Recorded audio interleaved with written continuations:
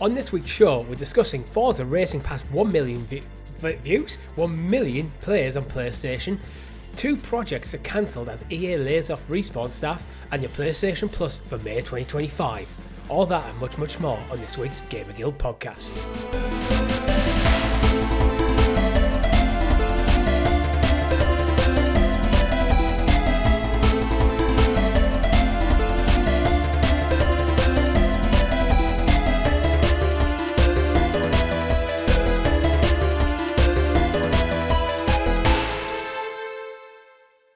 Good game, everyone, and welcome back to the GamerGuild Podcast, your weekly show where we round up all the week's video game stories and news for your listening or viewing pleasure right here on youtube.com/GamerGuildTV and up there in the digital clouds on your podcast preference of choice.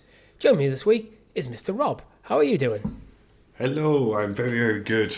I'm kind of still waking up, to be honest. You're the one who wanted to record at 9 o'clock in the morning on a Saturday. I know, right? But this is going to make lots of kind of dads and parents furious, but this is early for me. So okay. Well, my girlfriend was up at quarter to 7 because she's at work today.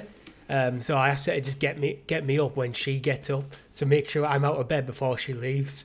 So I've been up since probably about 7ish. So I've had time to get up, have some breakfast, drive to Starbucks.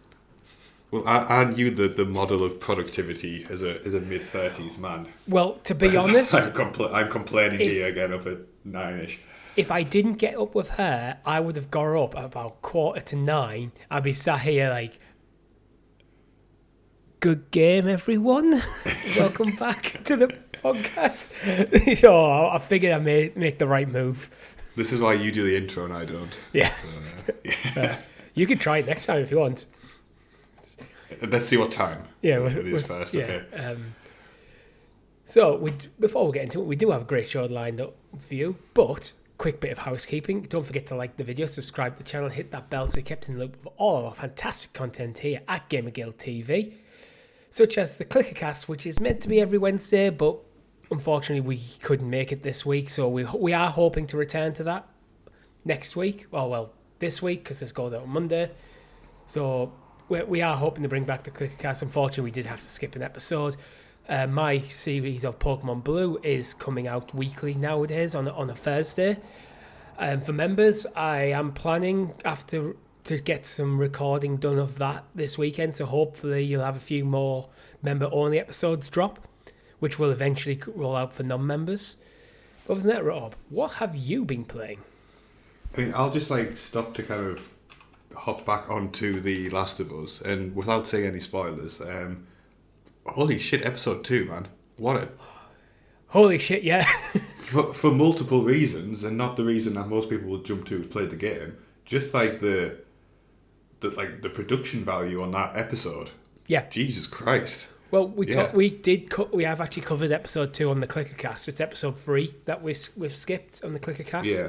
So me and Chris did actually go into quite a bit of detail, but yeah, damn, it's an episode. That's a fucking episode of television. That's everything that The Long Night could have been, right? In lots of ways. You know what? I've actually just finished watching Game of Thrones. The Long Night is still shit. It's really sours you, doesn't it? But you don't know what's going on. It's it's when things are on fire and smoky, you actually get more visibility. And half the cast are just there getting swarmed by undead at all times, yet have plot armor. It's it doesn't tell a nice narrative story throughout the battle. Yeah, it's just awful. And then it shows what can be done with the will and the HBO money. Yeah, that was it when I rewatched The Long Night. First time you watch it, it's the visibility that annoys you. Second time you watch it, you realise there's no narrative arcs for any of the characters. Yeah, it's even two Arya things, isn't it? Just goes there. Yeah, it's you can't see anything. Yeah, but then actually there isn't much to see when you get over that fact as well. But anyway, back to what I've been playing. So after the last episode that we recorded, I don't know why we were talking about Stronghold. Maybe it released it was the last kind of gaming history type of thing. It might be. I can't remember. It was somewhere. Yeah, something like that. But anyway, I went back and I actually downloaded Stronghold, both the Ultimate Edition of the first game, and then also the like the big bundle that they do, where like you get like Stronghold 2, you get Stronghold Legends, and like all the Crusaders and stuff like that. And I've been like really hammering the Stronghold games recently. Oh, nice. And I went back and because we'd have been like what 11, 12 when Stronghold 1 came out. I don't think I've ever played them in any depth. I've definitely dabbled, but not in any real depth. But I never knew how much of a kind of trial and error type of game those are. Like, when I'm going through like the levels now, it's not like a level, like the game's not designed to like succeed at the first time. You have to kind of like, it's kind of like just test and learn basically. Yeah. Which I never appreciated when I was a kid. Maybe because I was playing on like a too easy difficulty or something. But no, I'm really enjoying the Stronghold. As a kid, you probably don't have the patience to actually realise the first time you play in the level, it's probably more about learning the level. Yeah, exactly that. So I've been really enjoying that, and that's been most of my time aside from my like my standard fare. Baldur's Gate 2 is kind of not Baldur's Gate 2. Baldur's Gate 3 has kind of fell behind a little bit. All right. I don't know why. I think it's because I feel like I need a big chunk of time to play Baldur's Gate, and I haven't really had those chunks of time recently. Yeah, it does feel like I remember it's one of the reasons why I don't think I have, because I've said before, I don't really want to play it on console. I want to play it on PC, but I also don't like to lock myself in here for hours and end. So it's like, when would I play it? It's why I bought Oblivion on PlayStation, even though I have access to it on Xbox. Interesting. Because it's based on what we were talking, how like we both like to sit with our partners while we play in the living room nowadays, rather than locked up in our office being antisocial. Well, I play my Portal a lot. I can't do that on Xbox. It's funny we say that, and then I immediately buy like a PC only game from like 15 years ago and lock myself away. But in my defence, my partner's been like doing lots of like other shifts aside from days. So like like as I said, my partner, she's currently at work, so I'm probably going to spend quite a lot of time in here editing, recording Pokemon, making use of that time. So when we're both off together, we can spend time together. It's that balance. It's a balancing act, isn't it? Yeah, definitely. So like, I'm guessing your gaming calendar's been taken up by Oblivion. Would that be a fair statement? That would be a fair statement. Yes, I have played Oblivion to death. Got like an hour's estimate at this point? Well, I've said before, I have a nasty habit of, because I'm playing on the Portal, what I do is I forget to shut down my PlayStation, and then I just turn off the Portal, forgetting that my PlayStation's running around, and I can't remember what my rest settings are for my PlayStation, but they are not, they're not very like aggressive, put it that way. So at one point, literally 2 days after having Oblivion, I showed my girlfriend my save at a time, and it was like 36 hours, and she's like, you've only had the game for 36 hours. It's like, it's bad, but it's not that bad. It's like... Yeah. It's like, I played a bit the day I got it, but it was mainly the second day I had it. I probably played about 8 to 10 hours in day 2. So I reckon I was definitely in double figures, but I wasn't in like the 30s, because that literally would have been impossible. Last time I looked at my... That's the point where I kind of just abandoned using the save to track how long I've been playing. Because I think last time I looked at it, I was like 80 hours in, which I'm definitely not fair. That in. I'm probably 30. All right, 20, so 30. It's like it's like an estimate 30 hours in. Like, what's your impressions at the moment? Is it worth buying twice, effectively? Yes. If you like Oblivion, it's worth buying. It is. You know, we were discussing before, is it a remaster, is it a remake? It seemed from what they were talking, although they were calling it a remaster, we were leaning towards it's more of a remake. Mm-hmm. I flipped back the other way. I think it is more of a remaster. Okay, good. It plays and feels like Oblivion with a few modern tweaks, but maybe not as many as you'd actually like. They don't have a mass sale option in the shop, and that's so bloody annoying when I'm doing a thief run. Because I'm selling all the shit I pick up, and you have to go, sell them light boots. That red Jubilee is like, for fuck's sakes. You could have fixed this for the remaster. Yeah, this could have been very easy to fix. You added sprint, and you couldn't fix this. But it's Oblivion. It is just Oblivion. Like, yeah. I mean, it was talking about 2 weeks ago, 3 weeks ago maybe, and then to actually drop there and then, you know, fair play Bethesda, because I mean, I didn't see that coming. I'm loving it, and if you've got Game Pass, I'd recommend you just check it out. Because if you've played Oblivion, you've liked Oblivion, or you're curious, play it. If you're playing Oblivion expecting it to be play and feel like a modern AAA game, you might be a bit disappointed. It looks like one. It's fucking gorgeous.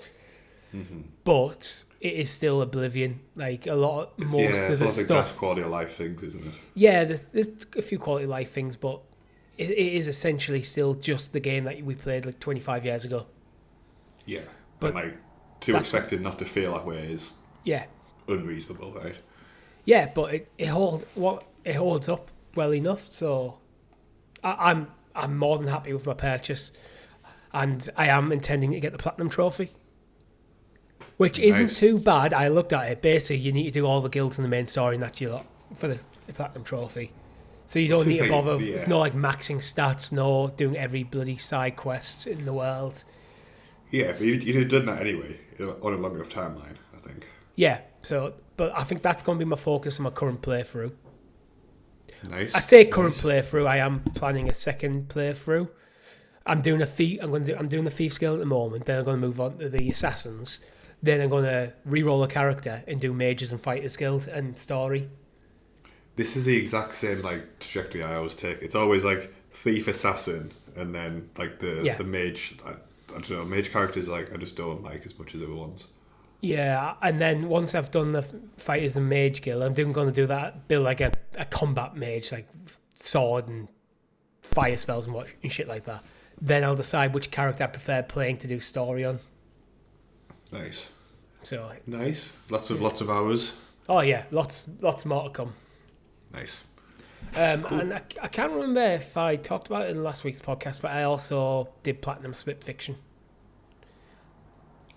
I can't remember. So, no, you went on last week. That's why you. No, I can't remember. I can't remember if you if I listened to it. Yeah. Well, I know me and Chris were talking about it last week, but I don't think I platinumed it at that point. I think I platinumed it literally that afternoon after we recorded. Oh, okay. So yeah, so I have the Platinum and Split Fiction now as well, which is an awesome game. And if you have a chance to sit down and play with someone, it's an amazing game. You should probably try it with your girlfriend. It might work for her. Chris has been playing with his wife, so. Okay, cool. Give it a check out. Although he's not expecting to get the Platinum. Yeah. Because there is some bits that can be quite tricky towards the end. So. I'm like the least. Yeah. Motivated by Platinum trophies you could ever imagine, so I'm good on that front. Fair enough. I don't focus on getting platinums. I only am for Oblivion because it feels like I will keep one of them games I will keep going back to, but I kind of want an endpoint for my current gaming session for it. Yeah, fair. Before I go off to play other stuff, because I am still looking at like that Clay Obscure Expedition 33. Nice, cool. But anyway. Rob, would you like to introduce us to the graciously gathered GamerGuild Gazette?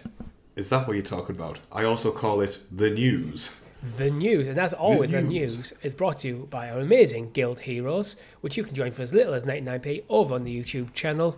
Thank you very much for your support. At the moment, you will have access to episodes, I think, 4 and 5 of Pokemon Blue, and probably more before this podcast comes out. So, fill your boots.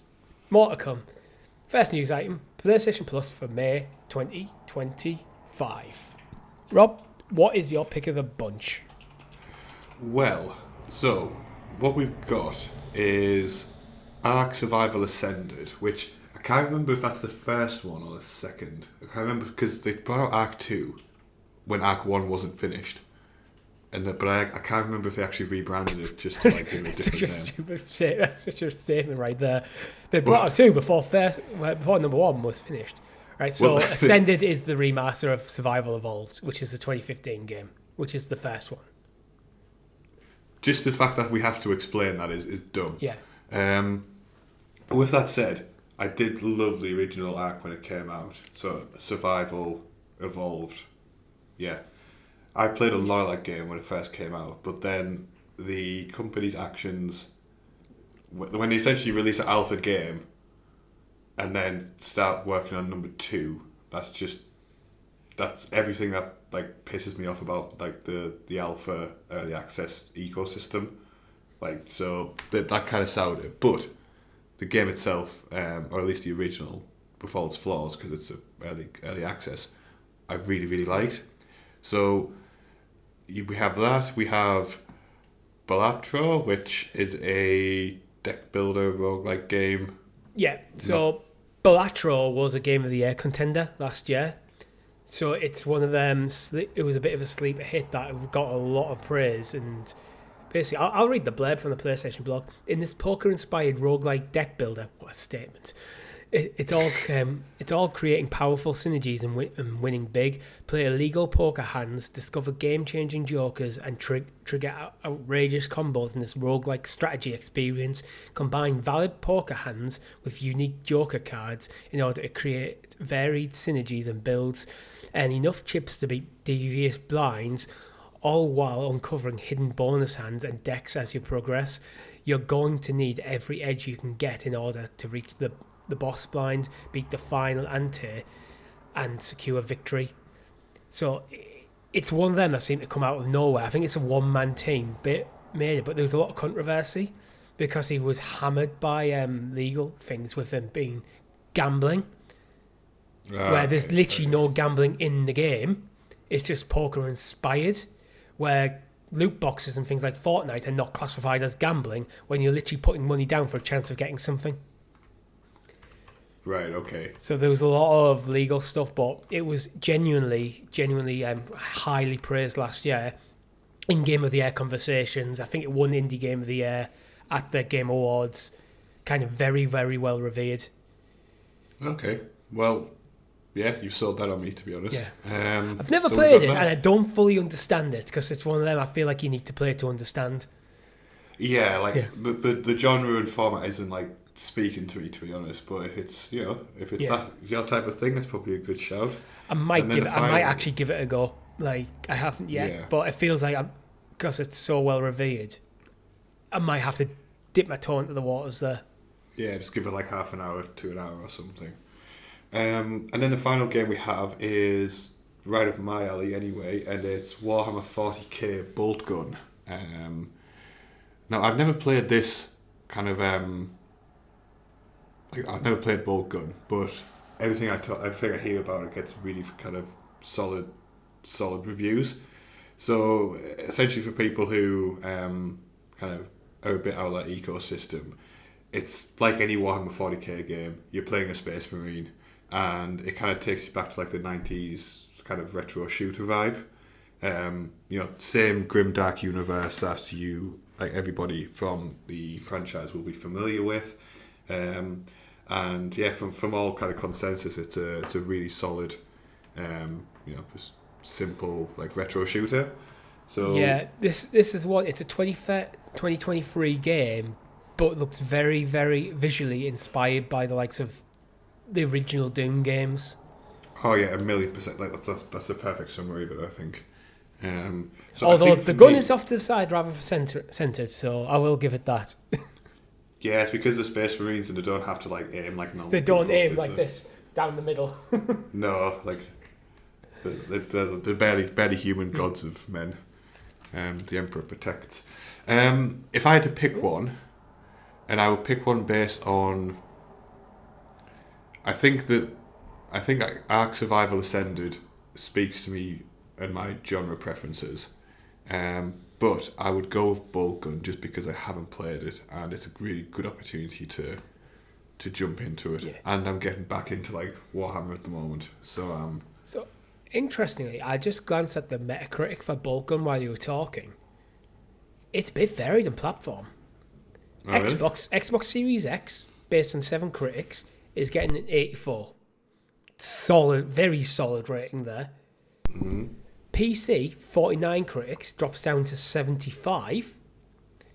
drops down again on PS5 to 73. And since we're talking about PlayStation, I'm surprised, although PlayStation Universe give it a 90.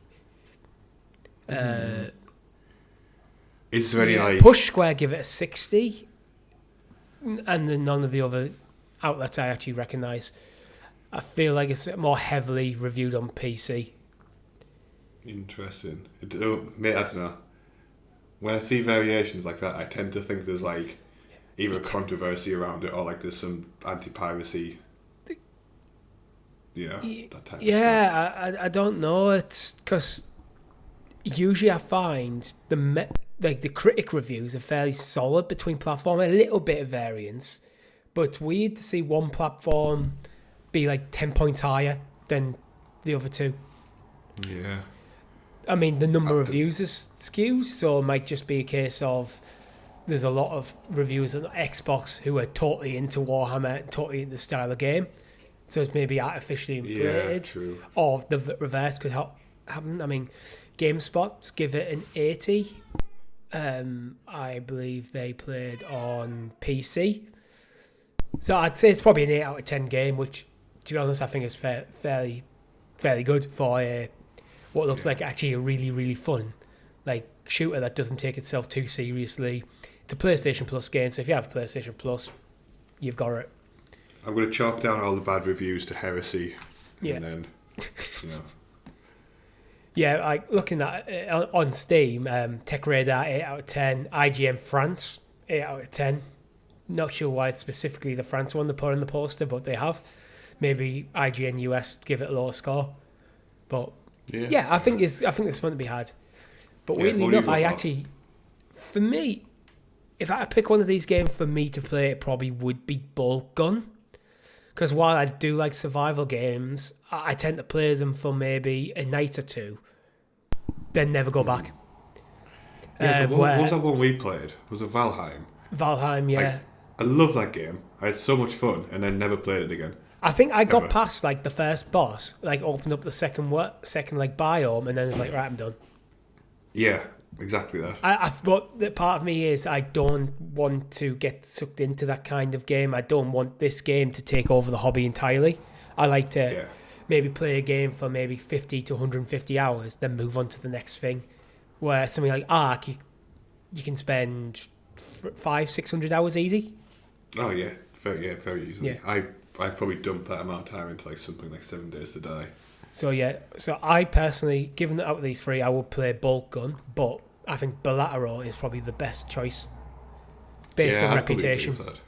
Yeah, I mean, it's just reminded me I need to download RoboCop from last month over the next 2 days before it goes. Yeah, you need to do that quickly. Yeah, I got till the 5th, I think, haven't we? Yeah.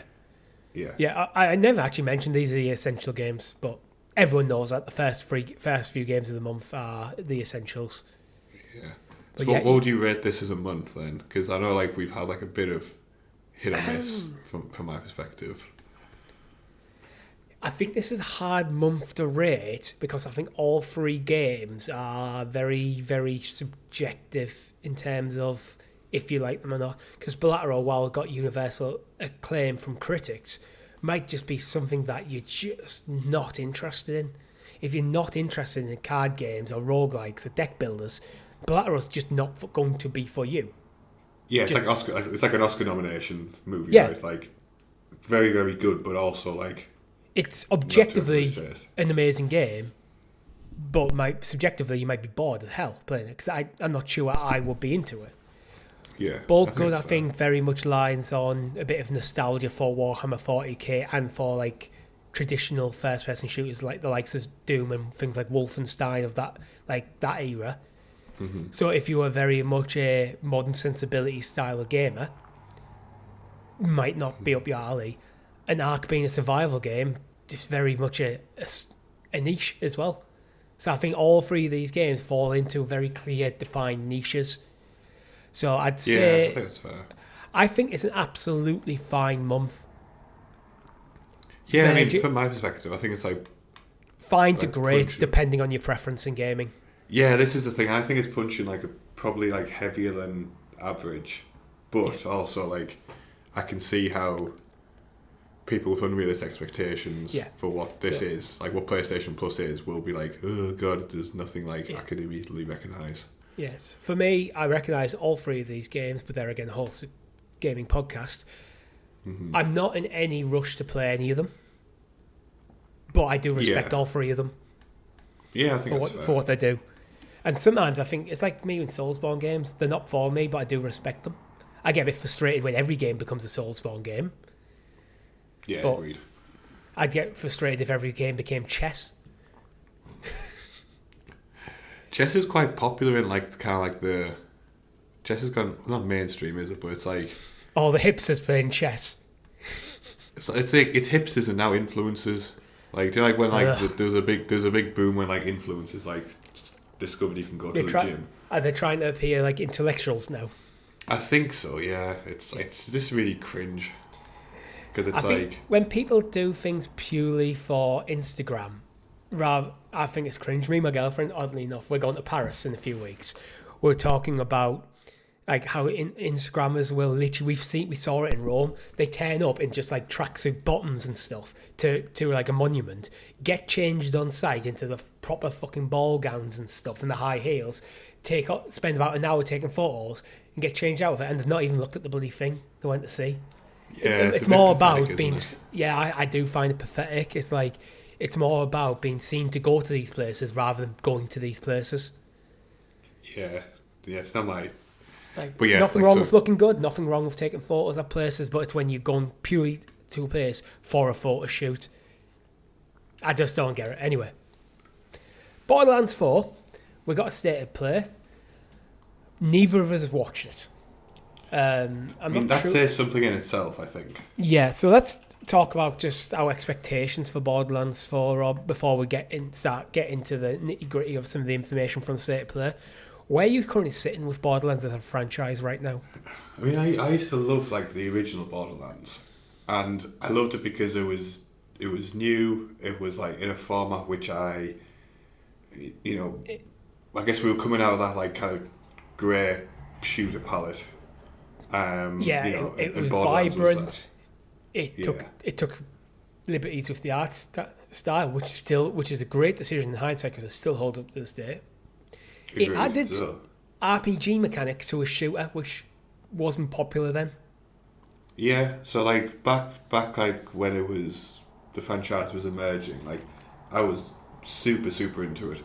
Same. But I don't know, like with Borderlands 4, it's just like, oh cool, we're getting more Borderlands. Like, yeah, that was my reaction to Borderlands 3 as well. Where when I was playing Borderlands 3, as much as I enjoyed the game, I don't currently own it because I had it on the Stadia.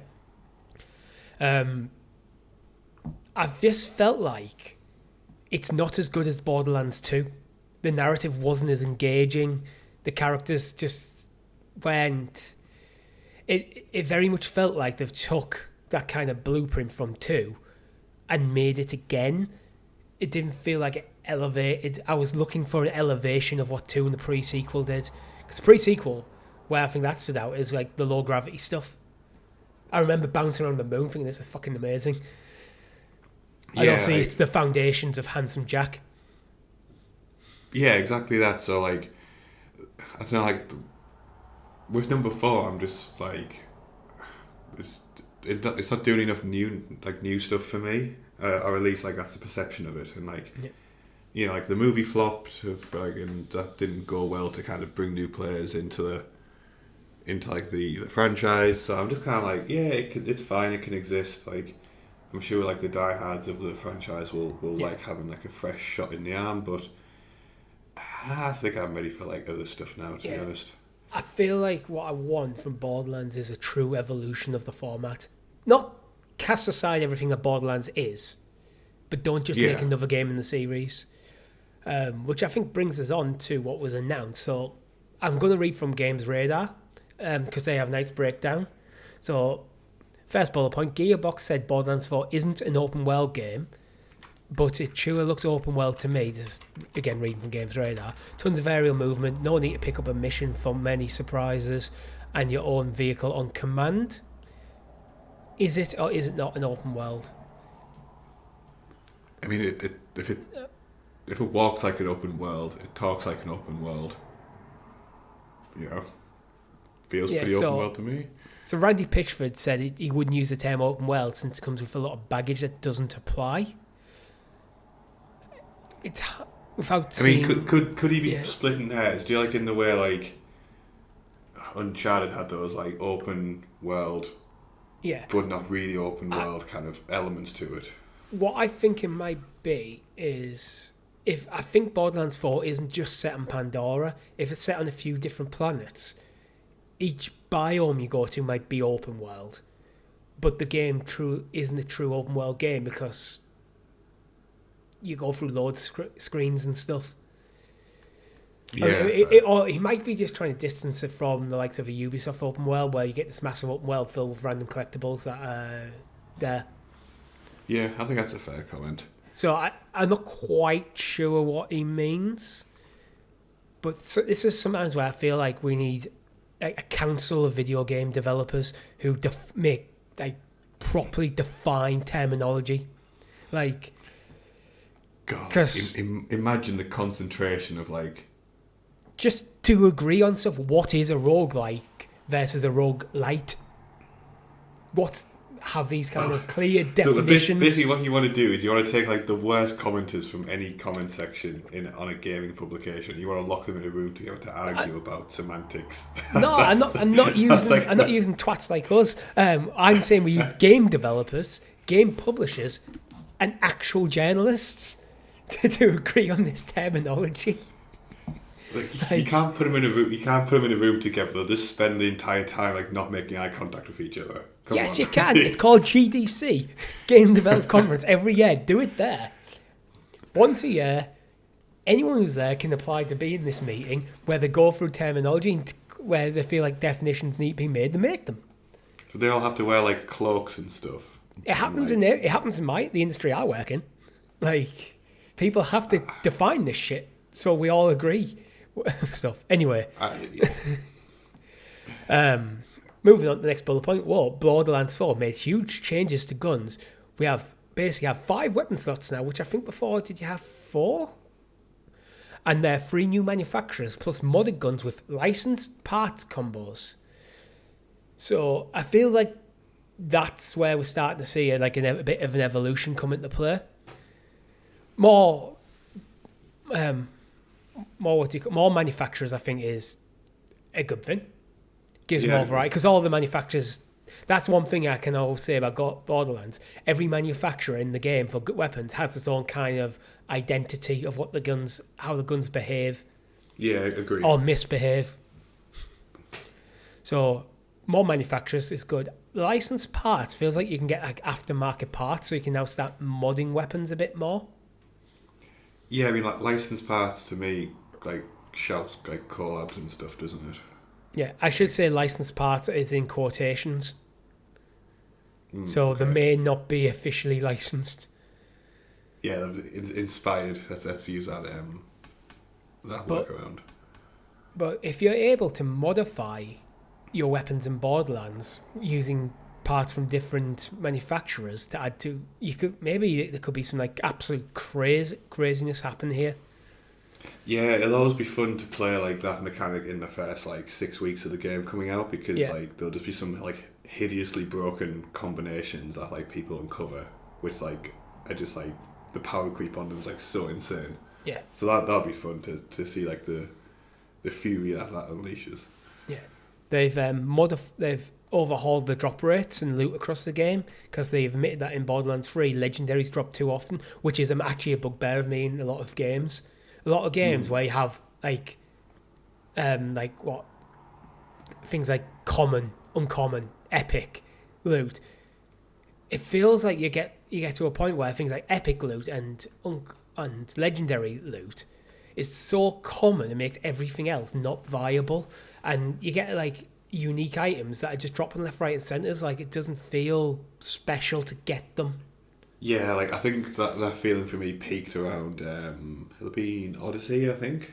Assassin's Creed. I think that was the worst example of that I can think. I think it's present in most games now, where it feels like you're starting off with white items, then you go to green, then you go to blue, then you go to purple, then you go to gold. And it largely feels like based on level rather than what you're doing. Yeah. And I've always missed the days of old where things like, I know Oblivion was probably one of the ones that did it first, where you started leveling loot with your player level. Where I remember in Morrowind, some dungeons you walk into and you would get your ass kicked because there'd be a Dremora in there with full Daedric armor and you're level 3. Yeah, and the only thing you could do was try like to run to the chest and then run out without dying. But if you did, you got like a hilariously overpowered item for like your level. And I think that's one of the things that made games like that special, where it feels like you feel like you found something that you'd remember to come back to later. Yeah, I know I'm not supposed to be here yet. Yeah, like I've made a mistake somewhere. It's like when you go to like the Deathclaw kind of area of like Fallout New Vegas, and you're like, oh no, this is the terrible decision. Fallout 4 actually does it quite well, because you do fight Deathclaw very early in the game, but you're given a full suit, power armor suit and a minigun, which is a nice way of showing how fucking hard these things are to kill. Oh yeah. Like the game gives you everything you need, and you struggle. You don't struggle if you go hide in the shop and just shoot it, because it can't get into the shop. Yeah, no. It's like if you walk, there's like a blown out shop you can walk into, and then it just can't get into the door, so you just blast them in the face for like 5 minutes straight. Yes, if you cheese the game, you don't struggle. But they introduced the characters in Vexosire and Wrath of the Exo Soldier, the first of the two new Vault Hunters. Not much really know about them yet, but I feel like you probably get to know them by playing more than anything. Yeah, agreed. Borderlands 4 heavily relies on the series' lore bomb sirens again. So, again, they keep focusing pretty much every narrative around the sirens. Well, apparently, Vault Hunter Vex has a big purple cat. Good for her. Yeah, there's recurring characters like Moxie, Zane, Claptrap, and Mara, and more. Each Vault Hunter, as usual, has their own playstyle. Enhancements gear slots allows weapon augments dependent on manufacturer. New ordnance gear slots. Rep kit lets players heal and get temporary buffs. It all feels very standard issue at the moment. Next game in the series, right? Yeah. I mean, what I will say is, despite me not being as like into the franchise, I think number 3 probably had like the best evolved mechanics of the series, right? So like it's got to a point where the actual shooting mechanics have been continuously refined. Yeah. So if they keep on that trajectory, then that's what I meant earlier by objectively number 3 is probably the strongest in the series. However, it didn't quite land the same as 2 or the pre-sequel.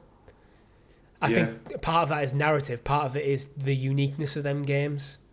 Where obviously when Borderlands 1 came out, Borderlands 2 almost refined very much, like made what that Borderlands is, and I don't think they've managed to get out of the shadow of 2 yet. Yeah, that pretty accurately sums it up. Yeah. But if you're a Borderlands fan and you have, and you like the mechanics, I think this is more of the same for you. I feel this is for me. Wait for PlayStation Plus or Xbox Game Pass before I dabble. Yeah, that's where I'm currently with my sitting. buying habits, I'm not buying this. Yeah, which is sad, but yeah, I mean they have actually moved the release date as the last point, and apparently it's nothing to do with Grand Theft Auto 6. I mean, the fact that they have to say that. Yeah, but I think that's everyone now. If anything's around the Grand Theft Auto 6, they're just moving out the way. I think I'm looking for the release date, but I think it's actually being moved up, so it's coming out earlier. Which I thought the release date was in this Push Square article that I'm reading. 12th of September, I've got. Oh, it was originally due September the 26th. It's now due the 12th of September. Yeah. So it's not a massive change. It's like 2 weeks early. I mean, is that this year? Yeah. Well, yeah, doesn't GTA be pushed back? I don't think GTA actually has a release date. I'm sure. Yeah, GTA6 got delayed until May 2026. Ah, all right. But that literally happened like... It seems a weird thing to spell out then, because if GTA has been delayed till 2026, Borderlands has been moved up 2 weeks, and they're going, oh, it's not because of Grand Theft Auto. It's like, we wouldn't expect it. If Grand Theft Auto was coming out, I don't know, end of September, then I might be going, oh, you want to give Borderlands a few extra weeks? Yeah. Perform. Right, it's the same publisher as well, so they're both 2K. Yeah. I mean, that's probably worth actually touching on, because this, the GTA story broke, like, overnight, I think. So it's probably worth mentioning that just briefly. So I think Rockstar released a statement. It was just kind of like the typical kind of black text on, white text on like a black background. But we've got Grand Theft Auto 6 is now coming May 26th, 2026. So lots of 26s in there. I might as well just read the full statement. This is like... go for it. Yeah. So Grand Theft Auto 6 is now set to release on May 26th, 2026. We are very sorry that this is later than you expected. The interest and excitement surrounding the new Grand Theft Auto has been truly humbling for our entire team. Blah, blah, blah, blah, thanks, patience, etc. With every game we release, the goal has always been to try and exceed your expectations, and Grand Theft Auto 6 is no exception. We hope you understand, we need time, blah, blah, blah. Sincerely, Rockstar Games. So, yeah. That was a big news I just didn't even pick up on. It's because I didn't check. Yeah, it released like last night. I've just looked it up. That I found an IGN article which was literally released like 20 hours ago. So I didn't check the news last night. I checked it before I left work yesterday. Yeah, I just saw it. I was like, wait, I'm sure I saw something pop on my Instagram, and I was like dead scrolling this morning before hopping on here. So usually, if I finish work about 4 or 5 o'clock on a Friday, usually that's the news done for the week. Yeah. Especially because in America, it's already in the middle of the night. Yeah, that's true. Yeah. All right, let's just go off tangent a bit. Like, first impressions on that? I think it's probably smart. I think Grand Theft Auto 6 is a lot of pressure. I think there's more pressure on Grand Theft Auto 6 probably than any other game in history, because of the success of Grand Theft Auto 5. Yeah, so, it's a pretty impossible... And because of the success and continued success of Grand Theft Auto 5, I don't think Rockstar in any rush or any pressure to release 6. Yeah. I think they delay this game till it's perfect for me. Yeah. I mean, has number 5 actually dropped out of the top 10 sales yet? Because I'd have to look up, but the fact that I even have to look up suggests, even if it's out the top 10, they've made a shit ton of money. They've paid for that game hundreds and hundreds of times over. They've probably made enough money to fund Grand Theft Auto 6 in the last 2 or 3 years of Grand Theft Auto 5's existence. Yeah. So just delay as long as you need to. Get it absolutely. You're in a rare opportunity where a lot of game developers don't have, where you can delay this game. You could bring this game out in 2028 and be fine. I genuinely believe that with the way Grand Theft Auto 5 is, as long as you keep supporting 5. So just wait till it's perfect. Try and get it out without any major bugs. Make sure everything is pristine, because this needs to be the replacement for 5 for Rockstar. So it needs to be better in every single way, and also capture the magic. Exactly that, because and also, just the scale of this project as well. What could delay I think we're all accustomed now to delays coming every kind of, more often than not, a big tile gets delayed, right? That's just the nature of it. But I think what could be a couple of months delay for a normal game, something of this scale, if they need it delayed, it probably needs to be delayed to a factor of 4, whatever. So summer next year. Well, call it summer. I'll be surprised if it came out on schedule to be honest. So yeah, this isn't particularly like a big deal for me. Yeah, Still sucks because it's like a year away, but I think Rockstar have so much probably power over what they do as well because of the success of 5. They're not like, no publisher is going to be overly pressing Rockstar. yeah, I feel like because they just have so much credit in the bank from 5. yeah, and let's be honest, like, you know, a game getting delayed for like basically the best part of a year, that could kill certain publishers and certain developers because of like the money they need to get it in. But that's just not the case with Rockstar and 2K. Is it? Like, it's just not. No, like they don't need the money. I think it goes into the big problem of game development is it's so expensive, and now the bigger, more complex games have got, that release schedule, the development cycles went from maybe 2 or 3 years up to maybe 5 or 6, if not longer, and that's it. We're talking average there. And I think so that means you're getting basically half the amount of games out, which pretty much doubles the risk on every single game if it flops. Yeah, and I think it stays pretty true to the Red Dead Redemption 2 timeline, which I think the first teaser that dropped like 2 years before the game actually came out, because again, like, there was a pretty sizable delay there. Yeah. But like, looking at the quality of that game, if that's any indicator on what 6 could be and like the standard that 6 could achieve, then delay away. Just shout me when it's ready. Yeah, and the thing is, Grand Theft Auto 6 will be playable probably. We'll probably get a remaster or something on PlayStation 6 as well. Like, I feel like it's going to do the Mario Kart 8 thing where it carries across multiple generations, like 5 did. So yeah, I was going to say, remember, like 5 came out on 360, which when I look back now is a ridiculous timeline, really. When like you think about how old, it tells you how old the game is. Yeah, it came out right the back end of the 360 life cycle.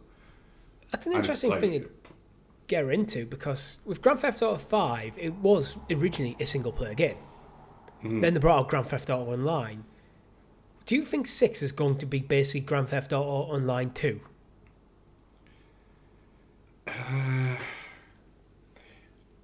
It's difficult because it's the way like the actual game, like the product's developed over like its life cycle. Because like, I don't know if you've like bought it recently or in like the past 5 years, but now you like, especially like on the like online stores, they kind of split those two things out, don't they? So they have like Grand Theft Auto Online, which you can like buy, but then Grand Theft Auto 5 is almost like stories, almost like separate. Yeah, and it's like almost like Grand Theft Auto Online grew to a point where 5 feels like DLC for that rather than the other way around. Yeah, exactly that. And like, obviously we never got additional content for GTA 5 single player because they cancelled it. Yeah, because of how big like online got. So in my head, I hope they maintain like the same thing they did, where like they released the actual game and then online comes like a month or two later. I think was it a month or two later? I think something like that. I hope they do that, but the realist in me says there's far too much money in like on like GTA Online 2 for them not to kind of release it side by side. So where I'm at is because Grand Theft Auto Online was an accident. They had an idea. Well, it wasn't fully an accident. They had an idea. They developed it. They put it out there, and it did well, incredibly well. How well it did was not expected. Absolutely. I think what they've probably done is may have learned the lessons, and maybe I think Grand Theft Auto 6 could just be a platform where the story will release probably with a single player story content, but I think you will probably load into maybe an online world. We know that actually there is story content that is already confirmed because there's actually a dual protagonist in this one. I feel like you may start by creating your own character, dropping into the world, then choosing to play that story. But then the world's also this sandbox playground that Grand Theft Auto is known for. And if they do more story DLC, they'll add it in. So it's this. They might even make the main campaign co-op with there being two protagonists. I think there's a lot of stuff they can do. But I feel like while they bring out story out the front, I think the legs of the game are going to be in the kind of Grand Theft Auto Online 2, and I think that's going to be in place from day one.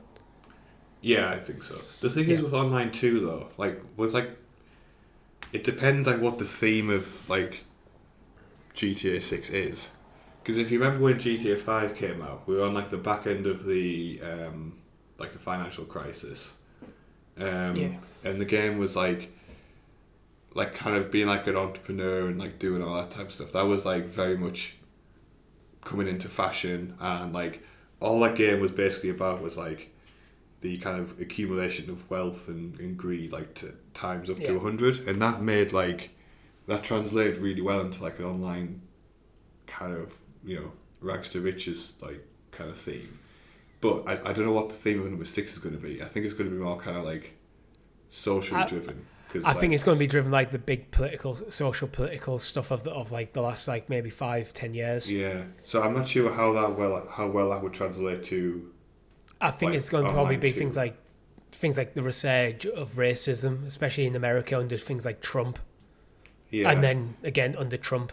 But how well that translates to a accumulate resource, grow type of multiplayer, that remains to be seen. Because remember, Rockstar don't have a perfect record when it comes to online games.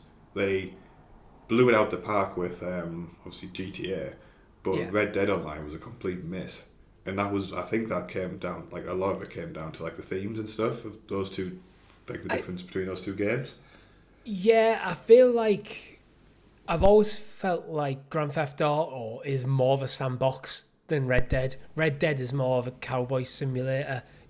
Everyone you talk to about Red Dead, it's about the story, it's about the characters, it's about the world, playing through the story of that world. Mm-hmm. You talk to people about Grand Theft Auto, and they're talking about more the sandboxy elements. Yeah, I think that's fair. Maybe that's because we're so far removed from the narrative of 5, but the success of 5 is largely in the online. Obviously, it was a huge hit right off the gate before, but I don't know. I just feel the more modern sensibilities of Grand Theft Auto rather than Red Dead lends itself more to that. I mean, how many times have you seen a YouTube short of some Neil deGrasse Tyson talking about something, and someone's just put a Grand Theft Auto clip of someone doing backflips in a fucking Lamborghini in there? Yeah. I hate that shit. I fucking hate it. Increase if you're going to make a video and you're going to talk about the video, have the visuals match the topic. Don't stop random shit in front of it. I fucking hate it. Anyway, we need to move on because we're almost now at the show and we've got a lot of stories still to talk about. So moving on to Forza Horizon 5, within a few days of launching on PlayStation, has had 1 million players. Bit of a hit, Rob? I mean, I think it's fair to say Forza is the leading the pack when it comes to racing sims, right? I think that's not a contentious statement, is it? So, release on PlayStation, I'm not surprised at the success it's getting. I'd argue it's probably I'd say at least top 2 races of this generation. Yeah, good for them. Keep going. Yeah, so I'm reading from a Push Square article. Reset Era took a screenshot of the leaderboard on April the 25th. The number counted around 45.1 million players. That's a fuck ton of players already. Oh, God, yeah. By the end of its first full day on PlayStation, the number jumped up to 45.8 million, so that's 700,000 players day one. For a game that came out quite a while ago. When did Forza Horizon 5 actually release on Xbox? So, because I think it just shows you, 2021. And that was day one. This is a thing we probably don't appreciate much because obviously we're not into racing games. But there is obviously it's not as big as kind of FIFA and that kind of ecosystem. But there is very much a massive racing community out there. Oh yeah, which 100%. We probably don't talk about in proportion to how big it is, just because it's it's not games that we regularly play, so I just don't feel I'm knowledgeable enough or experienced enough to play, because I'm shit at racing games. We've got a handful of videos on the channel that prove this. Yeah, but like for within that community, like Forza is, as I say, like top 1 or 2. It is regarded like the first comment from this Push Square article I'm reading from is actually Dennis Reynolds from Cool. Always Sunny. Not shocking considering he's the best racer of this generation. Yeah, so like obviously you've got like GT7 in the mix, but like I'm not surprised getting in the success it has, and more power to it as well. Oh, yeah, and I feel like Xbox have tapped into such a brilliant idea of they are actually the biggest publisher on PlayStation. Microsoft is literally the biggest publisher on PlayStation right now. Yeah, I mean, like their decision to go all in on this kind of licensing games out, it's working out for them, right? It is definitely financially, and I don't know. I keep thinking could this be Xbox doing the Sega thing, moving away from making consoles towards publishing games. Yeah, I mean, let's be honest, like they're not. Not in the long run. I think the next generation of Xbox they're already confirmed they're working on. Not in the short run, but in the long run. Do they keep making boxes, especially with the rise of cloud gaming, or do eventually their platform is in the cloud and PC, and then they just publish games everywhere? I mean, like they were the first ones to start adopting and kind of embracing that possibility, weren't they? So I wouldn't be surprised if the next Xbox is the last one.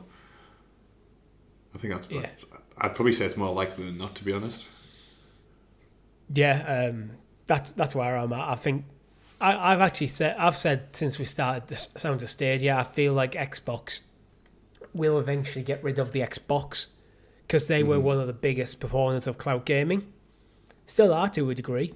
I think cloud gaming in general has slowed a bit, but most major console holders, platform holders, are still working on it to some degree.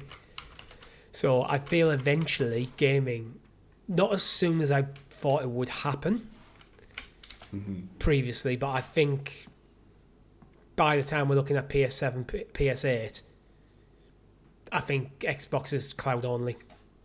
Yeah. Or PC. Anyway, moving on. Lost Soul Aside has been delayed. When has it been delayed to? The game was originally due out on the 30th of May. It's been pushed till the 29th of August this year. So it's only a fairly short delay. It's short, but if my memory serves, that's the week that Metal Gear Delta comes out, which could kill it. I know it's different, like kind of themes and like genres and stuff, but yeah, one's very much a landmark of game, pinnacle of gaming, like a pillar of gaming. Everyone knows Metal Gear Solid. Lost Souls Aside, it looks like a Final Fantasy spin-off. It's not, but it very does look Final Fantasy. So if you're not into, I think it is more of a risk than Metal Gear Delta. Yeah, which I mean that sucks for me because I want to play both. Like nothing is getting in the way of Metal Gear. Like I wish Oblivion should not have come out. Because if Oblivion didn't come out, I'd be playing Clair Obscura now. And then I probably would, if Lost Soul Aside didn't get delayed, then that would be next, and it'd probably be Metal Gear Delta. Yeah, well, I mean, I hope it does well, but that's it's not this. Yeah, it's like a kind of like a middle tier, not in a bad way, but a middle tier game getting shuffled is a lot more of a bigger deal than something tied to this like GTA6 getting shuffled, right? Because like one moves the market and one gets moved by the market. I don't think it's PlayStation Studios. I'm trying to find a little bit of info on who's publishing and developing it. It is. It is actually published by Sony Interactive Entertainment. It's a PlayStation Studios game. So this is a PlayStation first party. It's Ulti Zero Games, which I think are a third party a third-party developer, but it's being published by PlayStation directly. So that means that Sony have at least got their faith in this game. Yeah, fair. I mean, I hope it does well. Yeah. Because from what I can see, everyone's kind of really anticipating it, but it'll be one that I honestly missed just because of the release date now. Yeah, I feel like that might be a case. I think it might be a game that is at risk of getting lost in the mix. But I thought about that about Clair Obscur, and then that is just absolutely dominated like ratings and critic reviews and stuff. Yeah. Anyway, let's keep moving on at a bit of pace because EA have announced layoffs. I hate these stories, Rob. I hate the stories when we talk about layoffs. Honestly, I think we're going to get a lot more coming. I guess like I'm not like strictly in like the tech industry, but I'm very, very adjacent to it. Like, yeah, you know, like my job involves like kind of using those platforms, albeit not being directly employed by them, and they're everywhere at the moment. Yeah, so reading from gamesindustry.biz, EA cuts another 200 jobs in service of driving future growth, bringing total job losses to around 300. We are treating our people with care and respect throughout this process, EA say. Surely, and a lot of these jobs are actually affecting Respawn as well, who've made like the Jedi games and Titanfall and stuff before that. Yeah. Surely, as an industry, gaming really needs to sort shit out because there seems to be way too much like scale up, cut in terms of job losses. And I know EA is saying they're treating people with respect through the process, and I'm inclined to believe them that they're trying to help these people find meaningful future employment when they leave. But come on, 200 people. That's people's lives. Like, you can't be fucking around with this shit. Yeah, like as someone who's like had to do this, like being on both like receiving and giving end of these types of things, like yes, you can like treat people with respect and do like your utmost to kind of help them shuffle on, but as you say, you are still also removing their ability to pay their rent, their food, their kids' kind of shoes and shit like that. So like uprooting their families to find new jobs. Like, gaming's a global industry. These people might have to either leave the gaming industry entirely, which means you might be losing awesome talent, or move to a different state if you're in America, or country potentially. I think that's the one of the things that you said is like really kind of the crux of it, where like because these jobs are so like insecure at the moment, and you know your livelihood relies on like a game exceeding expectations, which are probably unrealistic in the first place, and also like you've got a looming threat of, can I be outsourced by like either somewhere like in the Philippines, or can I just be completely replaced by like an AI program? You know, like there's nothing that like someone has to be extremely passionate to the point of like affecting their quality of life to stick in that industry when there's more stable, viable, and I guess like predictable like sectors out there. Like anybody who's a really talented kind of developer, or like really talented, can just as easily find a job in like fintech or something, and not struggle to survive.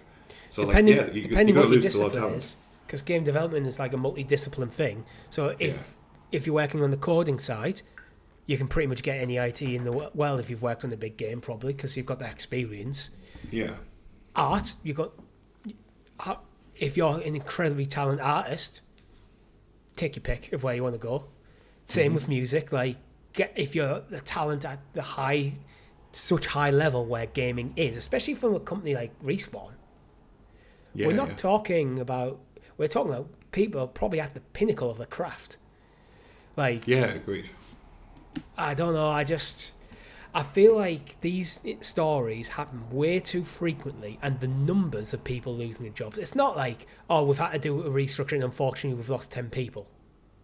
No, this is like big, like department scale. This is they've looked at the numbers and went 200 people need to lose their jobs, And I do not believe for a second, when you get these sort of numbers, that anyone is taking a meaningful, considered approach to who these people losing jobs are and how these restructures happen.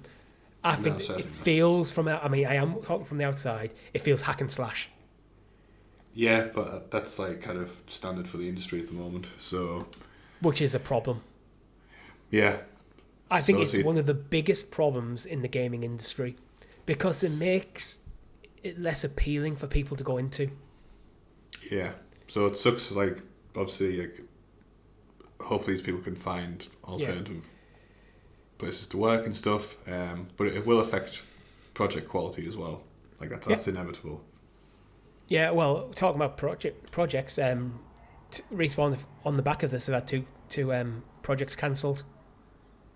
Yeah. It's not clear what they are. They did say that they were in early stage incubation projects, and they've made cuts across the Apex Legends and Star Wars Jedi teams, but they have doubled down on their focus on Apex Legends and the Star Wars Jedi franchise.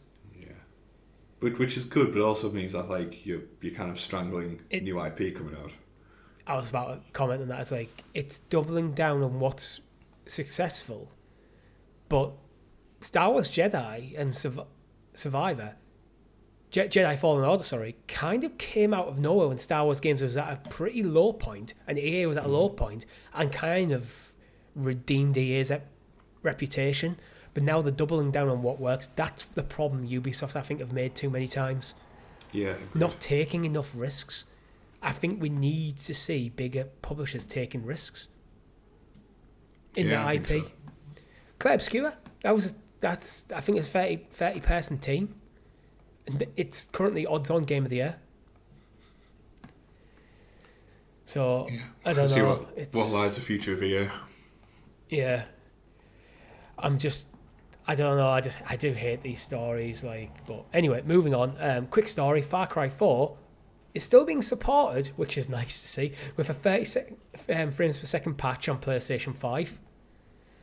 It still gives me an excuse to actually play this one because I never actually played them before. What are you up to now? Like 7, 6, I think. Is it 6? Maybe. Yeah. That's basically all the story is, to be honest. I just wanted to put it in there because I find it hilarious because my girlfriend's literally got the platinum on Far Cry 4 a day and a half before I saw this story. Nice. So she's not asked about it though. She's not snobby when it comes to frame rates. So, and to be honest, her issues with Far Cry 4 were more than frame rate issues. It's Ubisoft stuff. Being Ubisoft, the absolute relentlessness of the enemies when she's just trying to mooch around, find a collectible, and enemies seemingly come from nowhere, from halfway across the map, suddenly see and charge at you, and it's just because they have to keep engagement in the game. Because that's probably a metric that they follow, and let's just make this metric higher. Yeah, anyway, that's all that story is, to be honest. But I do like seeing, credit to Ubisoft, I do like seeing older games still get supported. Yeah. Especially because Far Cry 4 very playable nowadays still, despite it's got some old game is old stuff, but old game is old. Let's move on to Doom: The Dark Ages, which is coming up on Xbox. What's your kind of excitement for Doom: The Dark Ages? So I really like the concept. I'm really heavily into the Doom franchise. For me, this looks just as day one by as I can be at this point. I think there's some controversy around the Xbox PlayStation kind of war because it seems like they're supporting the PlayStation version a bit more. Giving it some additional kind of support and stuff like that. But no, I'm very much looking forward to this. The art style looks brilliant. The box cover looks exceptional. I mean, you've touched on what the story is here, but apparently there's a PlayStation specific trailer, and the Push Square article reads the title: a PlayStation exclusive Doom: The Dark Ages trailer isn't sitting well with Xbox fans. who the fuck cares if the trailer's PlayStation or Xbox? Like, honestly, in 2025, people are still talking about, like, Xbox v PlayStation. Like, come on. If you really, really care about this, here's the truth of what's happened here. Xbox have put a trailer on with a Sony logo at the front of it, but that is still applicable to the game you're going to buy on Xbox. It's the same game. And also, like, PlayStation probably played a fair bit of money to do that as well. So it's like, if you really get into, like, the who's winning who, it's like, it's just so fucking 2015. Like, yeah, I don't know. It's just one of them stories. It's like, yeah, but no, the actual game itself, like, looks brilliant. Like, and to be honest, it's probably a marketing genius because they know it'll rile up Xbox fans and gets people talking about it. Yeah, exactly that. So, but no, it's definitely gonna be on my playlist. What about you? Definitely on the list. Don't know when I'll get to it. Fair.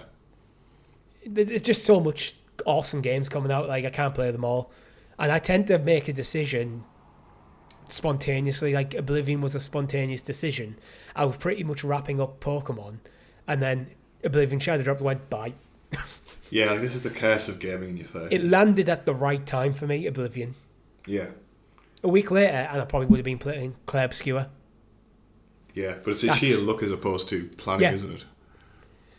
Yeah, because, like, a few days after I bought Oblivion, me and Chris were talking about the reviews of Claire Obscure. I had a tear in my head. But now I'm playing Oblivion. I'm waiting. Claire Obscure is probably next month. Yeah. But anyway, Wuchan Fallen Feathers has got the release date, and it's coming out on Xbox Game Pass. Release date is the 24th of July. 24th of July. I will not play this game, but for anybody who wants to, 24th of July. Yeah, that's it. I think I'm not. It's nice that it is coming to Game Pass, because I think it might get a bit of an audience, but I think it's probably just getting. It feels like it's just another game that's coming out this year. Yeah, it's a bit of a shame because it probably deserves a bit of love, but. It looks good, but it's just like it's another Souls game, right? I'm not quite sure. This is my problem. I sometimes, with some of these Chinese games, I feel like I sometimes forget which one's which. Yeah, exactly that. So it just becomes part of, like, the... It's inspired by Ming Dynasty folklore and ancient Chinese mythology. Wuchan Fallen Feathers invites players Wuchan, a mysterious warrior afflicted by a horrific feather disease, to uncover hidden secrets and battle supernatural enemies in an ancient empire teetering on the edge of collapse. So, if you're into it. I think it could be an interesting game. It's one of the games where if it's not Souls-like, I probably would enjoy playing it. Yeah. But it's not high up on my list. Talking about things high up on the list, Xbox have announced a price increase. So I think we all saw this coming, didn't we, with the way other platforms have went. So what I want to pick up on here is, so in the UK, the Series X is being increased by £50 and Series S by £20. Mm-hmm. In the US, the Series S is up by $80 and $100 for the Series X. I feel this is a very US-centered price increase that's hitting the rest of us. Looking at the numbers. I mean, it almost, it sounds like there's been, like, some action taken by somebody who was... it almost feels like some of these components that go on Xboxes might be manufactured in countries outside the US and maybe certain presidents with their ridiculous tariffs and very much isolationist policies. Maybe infecting the price of consumer goods. No, remember, Richie, if you ask people in America who pays the tariffs, it's the other countries, Richie. It's like, it's not how it works. It's almost this way. Okay, this is just again, we're making an assumption here, but I think it's a pretty safe assumption. Yeah, it is an assumption that this is based on political landscape. But also, this is like fuck around, find out, manifest. Like, sorry. And the reality is annoying as this is to consumers, Microsoft are a business, do need to protect their assets, which sometimes can be frustrating. because sometimes I do feel the smarter move is for businesses to actually accept a reduction in profits as long as it's still profitable when they're going through rocky waters. Because my issue is, if all these tariffs get reversed, everything goes back to where it was a year ago, these numbers don't come down for consumers. No, they'll never come down now. Yeah. This is just the cost. Yeah. So, which means then, in that situation, Microsoft make more profit than they were a year ago. So, but then at the same time, if you're in a business... This is just how capitalism works, to be honest. It is just that situation. Like, businesses, when you give them an excuse to take an inch, they'll take the inch, and when the excuse disappears, they keep the inch. Yeah, but also, if they put this price increase through, it also affects the next generation pricing as well. Because then the benchmark becomes, okay, well, we're charging this for a Series X now. So, like, whatever we were going to charge for, like, the Series, whatever the hell they're going to call it, like, it becomes, like the original intention plus this increase as well, because you can't have too close, the price can't be close to, like, your previous generation, because, like, that's just, you can't do it. So I just found it interesting that the price increases are not uniform, that they're very much higher in the US. Like, £50 versus $100 for the Series X, £20 versus $80 versus the Series S. It feels like Microsoft have pushed it as high as they can in the US, then realised they had to up it in other markets to break even, probably. Yeah. So it's... You know what? I can kind of, like... I can see why it's happening. I don't like that it's happening. But, this is... Yeah, it's like unstable trading, unstable pricing for everything. Like, they've got to do what they have to do, and I guess the only kind of benefit is that, like, there's ways to play Xbox without owning an Xbox. Yeah. Like. Everything's just play on PlayStation. Yeah. Forza, or play on Switch or play on PC. Well, it does impact. It impacts accessories and I think maybe some games as well. But I was just focusing on the console prices. Because that's where I thought the most interesting thing is. But let's keep moving on now to the Nintendo section of the show. So the Switch 1 has just had a patch to get it prepared for... What? The cat's attacking my monitor. Sorry. The Switch 1 has had a pricing... Switch 1 is being prepped with a new system update to get it ready for Switch 2. So basically the patch notes are adding in some of the new Switch 2 features, like the virtual game cards, game share, some user settings. I'm not going to go into every single thing, but basically a lot of the stuff that Nintendo have said for the compatibility between the Switches is already now there on the Switch 1.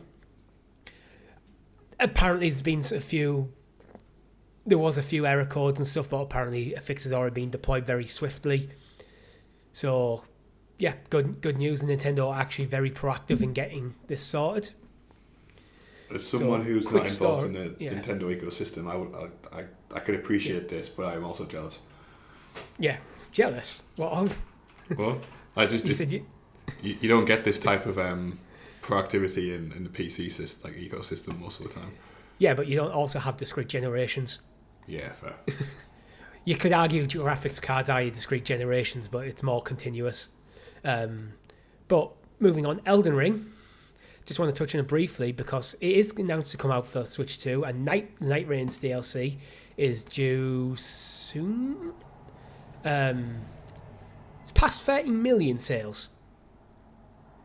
How far do you think this will go? Because I feel like Switch 2 could be a lot of people playing. I can see a lot of people playing Elden Ring on Switch 2. Yeah, I mean, I think the franchise still has legs. It still has like a good player base, and the fact it's opening up to like a new kind of pool of gamers who, probably aren't like the ideal target market for like this, like the kind of like the play style of Elden Ring. Just by the sheer scale of it, you'll get a lot of people being introduced to it. I feel like the two games that jumped out at me from the third party for people to like put the Switch 2 through the paces are Elden Ring and Cyberpunk, because they are very much not your traditional Nintendo affair. They are designed probably more PC focused in terms of the design, with console sensibilities put in there, and then to come over to Switch 2, I think these are the games that are going to push it. Yeah, and it's at least early games. Yeah. Yeah, and it's the first time like they've had the hardware to be able to kind of give that a go, right? Just insane how well that's doing. Sticking with Nintendo very, very briefly, and another bugbear of mine, the dock. Nintendo, with the Switch, had this cool idea where you have this portable console, you could dock it to put on your TV. Fantastic. Every single fucking Nintendo Switch that's come out has a different dock. It's stupid. The dock is passive. There's no processing on board. It's a USB hub, but they make them different shapes and sizes, so you can't intermatch. And I always thought when the Switch Lite came out, it was the most stupid thing ever. I would want, if I was the head of Nintendo, I am making these Switch docks compatible across the entire ecosystem. Yeah. Now, I understand the Switch 2 not being compatible for Switch 1 dock, but it should work the other way. Because the Switch 2 dock does have fans built into it for cooling. Got you, okay. So, bit of contention from your perspective there. Yeah, I just feel like it's a marketing failure, to be honest. At least for the Switch 1 ecosystem. But I just saw it like, alright, here we go again. And to finish, Cyberpunk, I've already mentioned. CG Projekt Red thinks Switch 2 might be the best place to play Cyberpunk handheld. That's a big statement. They've had time to get Cyberpunk right, so I guess. But we don't know the full specs of the Switch 2 yet. But that's a big statement, because considering Cyberpunk is on the things like the Steam Deck and other like things like that, Neo and stuff. There's quite a lot of handheld PC consoles out there. Mm-hmm. So for CG Projekt Red to come out and say Switch 2 is the best way to do it, is that a comment on the port or a comment on the hardware? I mean, they've made big claims in the past, right? Yes, around Cyberpunk specifically. So I'm holding my breath on this one. Me too, but they also got banned with the big claims they made with Cyberpunk. Yeah, so it depends if they've learned a lesson or not. I feel this might be a combination of the hardware probably being maybe comparable with, say, the Steam Deck, but with it being a dedicated port, they've been able to optimize better than the Steam Deck. Yeah, because any PC gamer knows the first thing when you boot a game up is try to optimize the game to your hardware by messing with every single bloody slider in there. So we'll have to see. With this is the advantage of console. The developers do that for you. But that is all we have time for you this week, and we like to end the show with this week in video game history.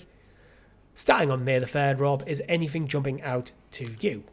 May the 3rd, actually, no. I had to look over this list earlier. Yes, that was my kind of It's like, it looks like, I saw Red Dead Revolve and I was like, oh no, that's like the worst version of the Red Dead games. And like, don't like on today, like literally, there's a couple of Marvel like releases which are kind of like movie tie-ins. You know what? I think me and Chris didn't have time to cover this last week, and I think last week was an absolute banger as well. So this week sucks. I've skipped ahead to May the 5th before I've found anything I thought noteworthy. So 33 years ago, Wolfenstein 3D came out on PC on May the 5th. We had Plants vs. Zombies 16 years ago on PC. Patapon 2 on PSP. The Sims 3 on Windows Mobile. Sorry about that. Yeah.